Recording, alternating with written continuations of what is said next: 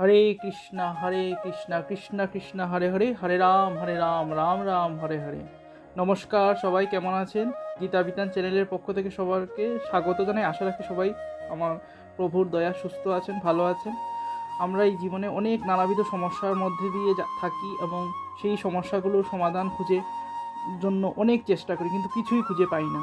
তাহলে শুনুন আজকে আমাদের এই পডকাস্টখানা, তার মধ্যে হয়তো আপনার এই সমস্যার সমাধান লুকিয়ে রয়েছে। শুনুন তাহলে।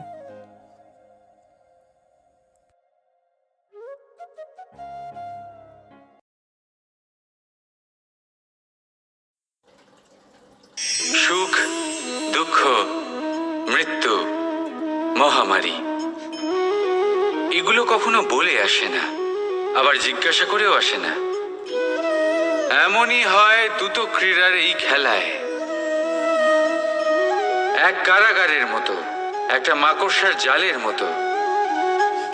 যেমন একটা মাকড়সার জাল একটা পোকাকে নিজের দিকে আসতে আকর্ষিত করে, নিজের চমকের দ্বারা, নিজের গঠন দ্বারা। সেরকমই দ্রুত ক্রীড়ার এই খেলা মানুষকে নিজের দিকে আসতে প্ররোচিত করে।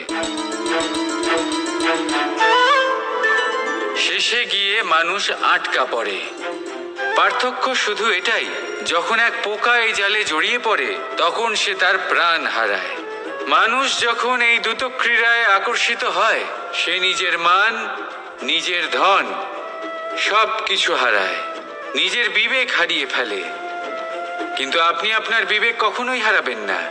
যদি আপনার মনে লোভ চলে আসে, আপনি লোভী হয়ে ওঠেন।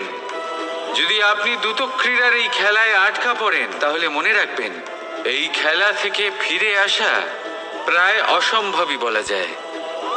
নিজের বিবেক কখনো হারাতে দেবেন না, কারণ বিনাশ আসার প্রথম লক্ষণ হলো বিবেকের বোধ চলে যাওয়া।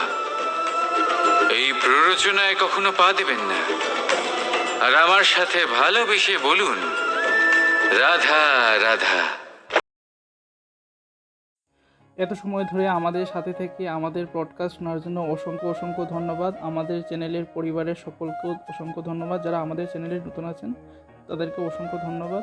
প্লিজ পাশে থাকবেন এবং যদি আমাদের পডকাস্ট ভালো লাগে লাইক, শেয়ার, সাবস্ক্রাইব করবেন। অসংখ্য ধন্যবাদ।